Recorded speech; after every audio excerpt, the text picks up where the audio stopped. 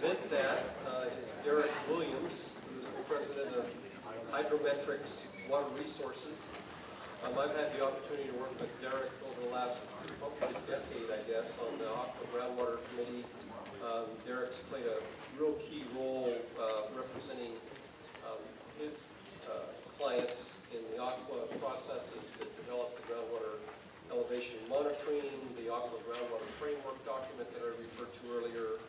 He's led the development of some groundwater data guidelines that will come out of the Aqua Groundwater Committee here in the near future. And he has a great deal of experience in modeling. He's actually worked on groundwater projects. You can see by his resume throughout California with a lot of emphasis on Central Coast, Southern California, and now most recently in the Valley. So, Derrik, we look forward to hearing your comments. Thank you. All right, thank you. And my comments are going to be largely directed at the land use planners in the audience, or the people who really haven't thought very much about groundwater as an issue for land use planning, and they definitely don't think about groundwater models if they can help it. So those are the people I'm really pointing my comments to here.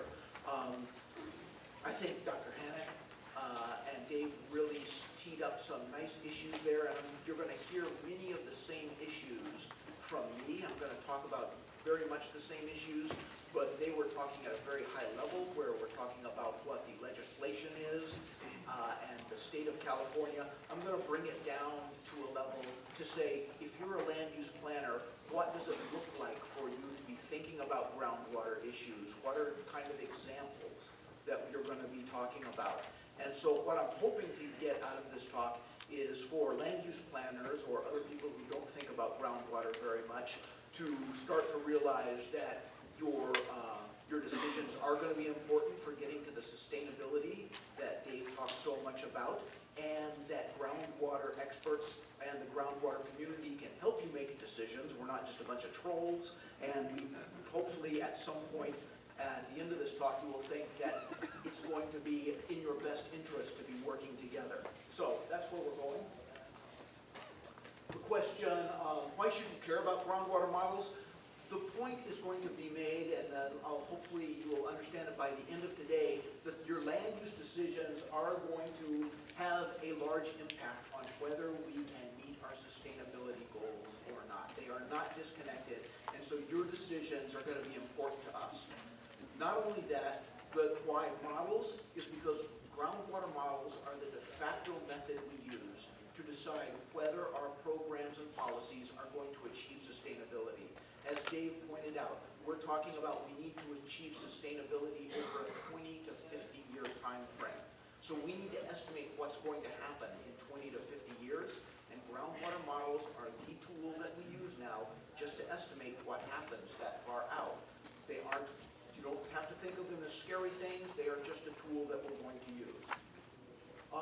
Why do we model, and why should planners be modeling? I put this in because there's a few things that, if I was a planner, and I'm not, I would think these are big advantages. For one, you get to integrate a number of policies all into one tool. You get to integrate how your land use is changing, how your recharge basins are changing, how your crops are changing, how your cities are growing. They all go into one tool, and it tells you one good story there.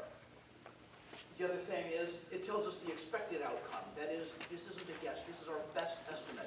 This gives us a pretty good idea of what we expect. And finally, there is, I put this in because this is really the somebody else to blame portion of the talk there. If you are a planner, one of the big advantages you have is you get to say, I made my decisions based on the best information available. There is this support for our decisions right now. You can always point to the modeler and saying, that is why I made these decisions. So these are the type of things that would probably, I was thinking, well, that would help a planner if they needed to make a decision. But they're not the most important thing. And the most important thing isn't that you're using models, it's that you're sharing models. And you're sharing models with your water resource managers. Most of the, well, not most. Well, many of the water resource managers in the state are managing their basins already with a groundwater model. That's the way we make decisions. That's the way we decisions on what our policies and our programs should be. In those models, there's a lot of assumptions on what the population growth is going to look like, what our cropping patterns are going to look like, how much water is used per capita per day. All of those assumptions are in the model. That's already what your water managers are thinking about. If you use the same model, if you're sharing models, the idea is hopefully this, that we end up with decisions that are kind of going the same direction. And that's what we really want. It's not that we want you to use models, it's that we want you to share our models so we end up at least going the same direction. The point is brought up here. It's called the tragedy of the anti-commons. Most people think about groundwater as in terms of the tragedy of the commons. There is a common pool, and everybody is using that common pool for private gain there, and there's no control over the commons. In the late 90s, the Harvard Law Review introduced the concept of the tragedy of the anti-commons, which I've kind of listed up here. I kind of shortened it because it's actually written for financial reasons, and so I took it and changed it so it works for us.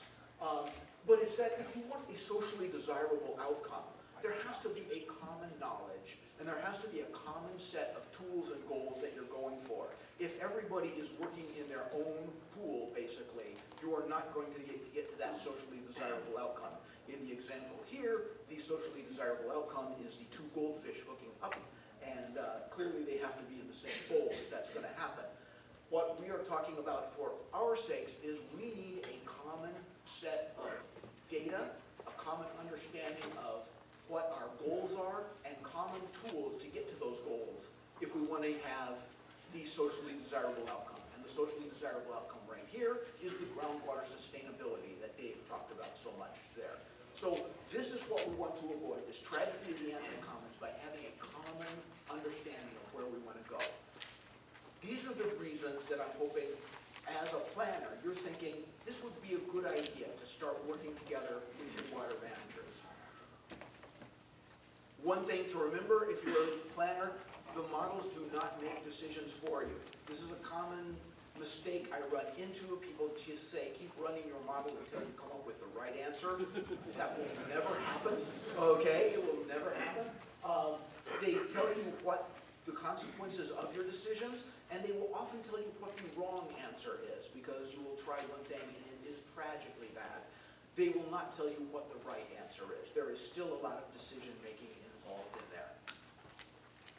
So I'm going to now, based on that, based on kind of that introduction, saying this is why you want to use models and why you want to start integrating your thoughts with your water managers, I'm going to give you some examples of, and these are going to be very quick, I'll go through them quickly, but they're examples of how in your day-to-day, maybe day-to-day, decision-making, you would want to start integrating your discussion with your water managers and start looking at the model output and what it might mean to you. This is a list of examples. This list actually came mainly from Jay Jaspers, who you'll hear from later today. But it's some examples of the types of decisions or the types of things your groundwater model might be able to help you look at if you're making a land use planning decision. And I'm going to show examples of just a few of them. I'll start with the agricultural practices, which, of course, if you're a land use planner, as Dr. Hannock pointed out earlier, you really don't have much control over that, but it is going to be an important part of groundwater sustainability. So I'm going to touch on that subject. I will then talk about urban growth, a quick example of urban growth. I'm going to end up with a groundwater quality example that doesn't actually come from this area, but the results are something you could transfer to this area, has some interesting results on it here. If you're a planner, the first thing you're going to ask, of course, is, well, what happens if I do nothing? Now, for the first couple examples, I'm going to be using a model that we're working on right now, and this is the model area that we're looking at. So when you see results on the next few slides, it's not going to have a great map that shows you where you are, so I need you to remember where we are with Fresno and Clovis, sort of up here in the north part. This is the model area. There are models for many, if not most, of the basins, the important basins in California, the high and medium basins that Dave pointed out earlier. I'm using this one because we're working on it.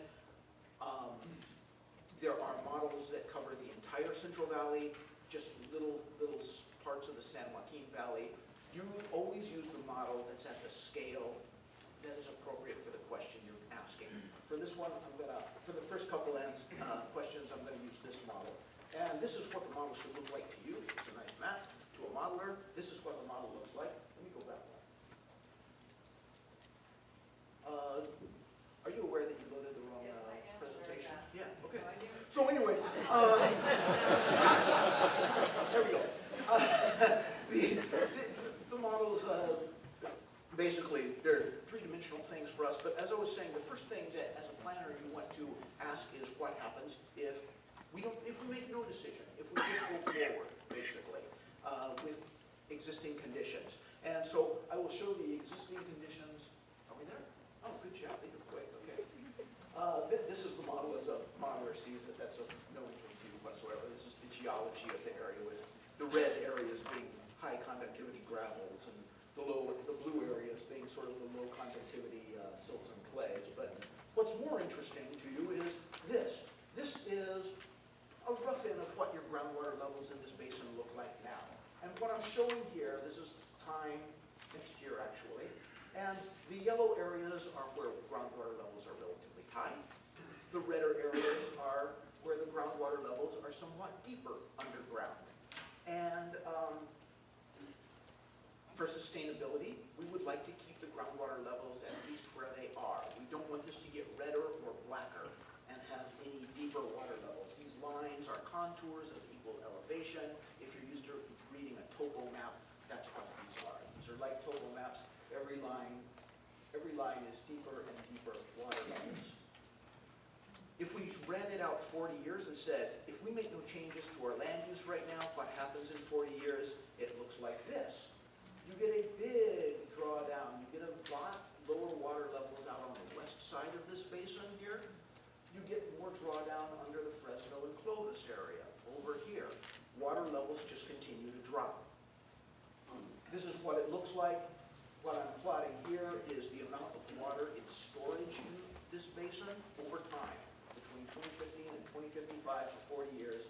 And you see the water level, the amount of storage just drops. So if you're a land use planner and you get to say, okay, is this what I want? If not, we make a decision. Now remember, the first thing I said I was going to talk about was agricultural practices, which land use planners don't have any control over, but they might become important.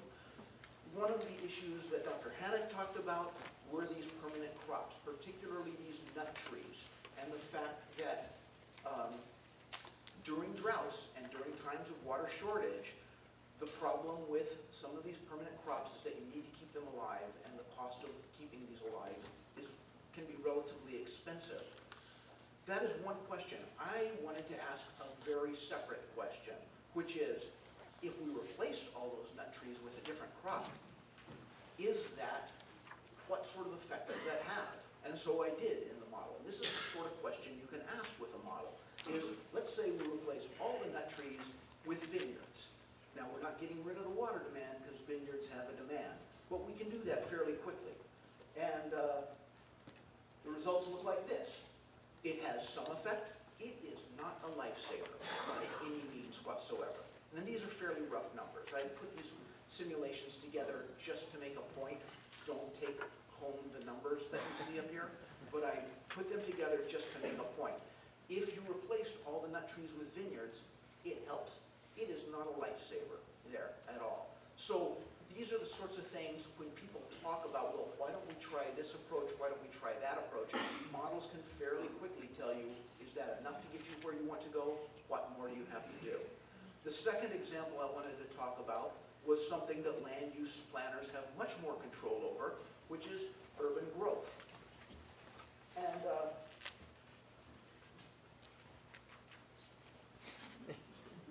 that's it, okay. So I put together another example. And I'm going to admit I set this one up to get the answer that I want. I didn't cheat, but you can ask me later how I set this up. I did set it up to get an answer that would be informative and what I wanted to say. I looked at two cities. I looked at Sanger and Reedley, and I looked at them because they're roughly the same size. I believe they're in the 25,000 range as far as population goes. And I said, what if we doubled the size of Sanger, and what if we doubled the size of Reedley? Would we see the same effect? And I did this to say, from a planner's view, this might be an equivalent question, doubling one 25,000 population town or doubling another. That sounds, to me, like a similar proposition. I doubled them in slightly different ways. I doubled Sanger down to the southwest and Reedley up to the northeast, and I did that on purpose so I would come up with the answer that I wanted to. But what happens here in this graph is on the zero line on this graph, that's the equivalent of what you saw before. That's no change. That's the conditions we have. There is no change in the amount of water in storage. It's just what we have today. On this graph, if we get more groundwater in storage, the line is going to go up. And what we see here is if we double the size of Sanger, it turns out we get more water in storage. For various reasons, like I said it up the way I wanted to. It turns out you can set up things so urbanization gives you more water in storage. It's not that difficult to trick there. What's even more interesting, though, is if you double the size of Reedley, you get a whole lot more water in storage. And so the point of this talk, of this example, was for a planner, a question that might sound equivalent, double one town or double the size of another town, actually has a big difference on what the groundwater effect is going to be. So this is an example of why you would want to be talking to your groundwater manager and preferably talking to your groundwater modeler to say, what are the effects of these decisions, and do I really know what the effects might be? The last example I want to give here is not from this area, but I think we can take the results and we can translate them here. This is a job that we worked on along with a number of other consultants, Papadopoulos and Associates, CH2M Hill, a lot of consultants. And this is down in Ventura. And LA County is on the right, that's the county line. This is the Ventura County, this is the Santa Clara River. If you're familiar with the area, this is the Piru and Fillmore basins, agricultural basins, a lot of lemons and avocados grown down there. The issue, this is the Santa Clara River going down here, and a lot of salt is coming from Los Angeles County into Ventura County. And it's being brought down by the river and it's percolating into the ground, and the salt levels in the groundwater are going up. And the regional board set water quality objectives. They said you can't go over 100 parts per million chloride. And so the question that was posed to the modelers was, what do we have to do in Los Angeles County to stop the water quality in the groundwater in Ventura from going over 100 parts per million? And the answer is, you can't. It's just impossible. And that includes building a big water treatment plant up in LA County to take all the salt out and everything like that. It just can't be done because of the amount of salt that's endemic in the system. It's already there. It's in the water that's being imported through the state. All sorts of problems like that. It's an endemic problem, and you can't stop it. This is the 100 milligram per liter line right here, the red, and you see all, in every simulation, we always go above it. The point that I wanted to make with this is another use of models when you're talking about how are you going to manage a basin here. Sometimes one of the things a model is useful for is to say, what is even the goal? Do we have the right goal? And around here, this might become an important problem when we start talking about nitrates, when we start talking about the irrigated lands program, nitrates or pesticides. The question is it even physically possible to reach a certain goal? Here in Ventura, it was physically impossible to reach the water quality goal set by the regional board, and we had to get back to the regional board and say you have to set new goals because this is physically impossible. And they did. And this is the translation, I think, that can go into an area like this. Sometimes models are good for just deciding what should your goal be, where should you be looking. One thing about these models, these integrated groundwater, surface water, water quality models are expensive, and they take a long time to run. And you're going to be shocked at how expensive it's going to be. On the other hand, It is far better to run an expensive model and realize you are never going to get to your goal than to design and build an extremely expensive water treatment plant, operate it for 20 years, and then realize you're not getting to your goal. So even though it can look expensive up front, it sometimes pays off in the long term as far as what your actual plans are. And that was the 3 examples, hopefully giving you some idea, if you are a land use planner, of how you might start integrating your thoughts with your water managers and how you might start using groundwater models in your planning. Basically, hopefully it gave you some idea that why you need to be part of the sustainability discussion, why you should be using models, because they do give you good answers there. Why these models shouldn't be your models, they should be coordinated models with your planners. The last point I want to leave you with, which is a bit of a downer point, is a problem you're going to run into. One issue that we have, modelers, we are very good at running models. It's very difficult to turn those results into something that helps decision makers. And there's going to be some very difficult back and forth. I know the California Water Foundation is working with a group in Davis to try and develop tools that take model results and help people make decisions with them.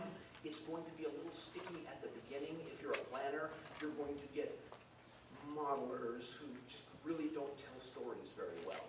And they're going to try and tell you what the results are, and it makes no sense to you. My plea is to stick with us for a while until we learn a little better how to tell the story to planners so we can get to decisions a little more effectively.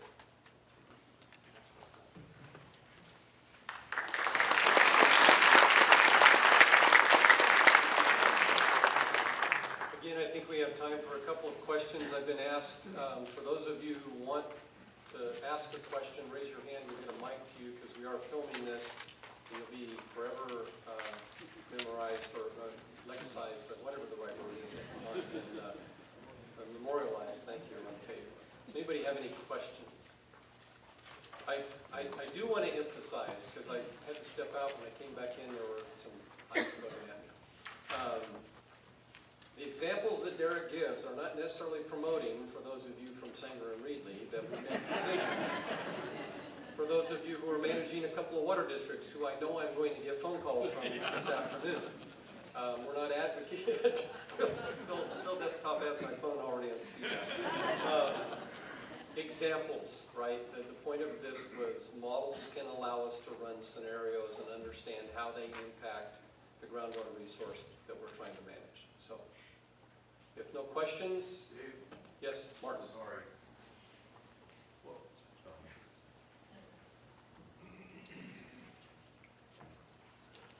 So what was the significant criteria that caused you to choose the directions that you chose for the growth of those 2 cities in order to accomplish greater recharge? It's the land use that I was replacing with urban land, with urbanization. I very specifically, and I didn't just expand a city completely out in one direction. I looked at all the land use and said, I am going to expand this city into particular land uses this direction. And I'm going to expand this city into particular land uses this direction, basically. It's not really cheating, but it does make, I did know that if I made certain decisions, I would be able to make a point. So you chose higher water land uses to replace with urban to achieve greater recharge or greater. Exactly. Urbanization actually has quite a bit of recharge associated with it, even though it has quite a bit of water use associated with it. So I can find, if I can find lands that also have a lot of water use but very little recharge, then I can expand into it with urbanization and say, I know I'm going to see a difference. As Dave pointed out, I'm not promoting this. I did this because I looked at a map and said, I'll bet I could make a point to land use planners that a decision they have to make that might sound like the same decision might be very, very different from a groundwater standpoint. Yeah, I told Kevin, don't even think about it. That's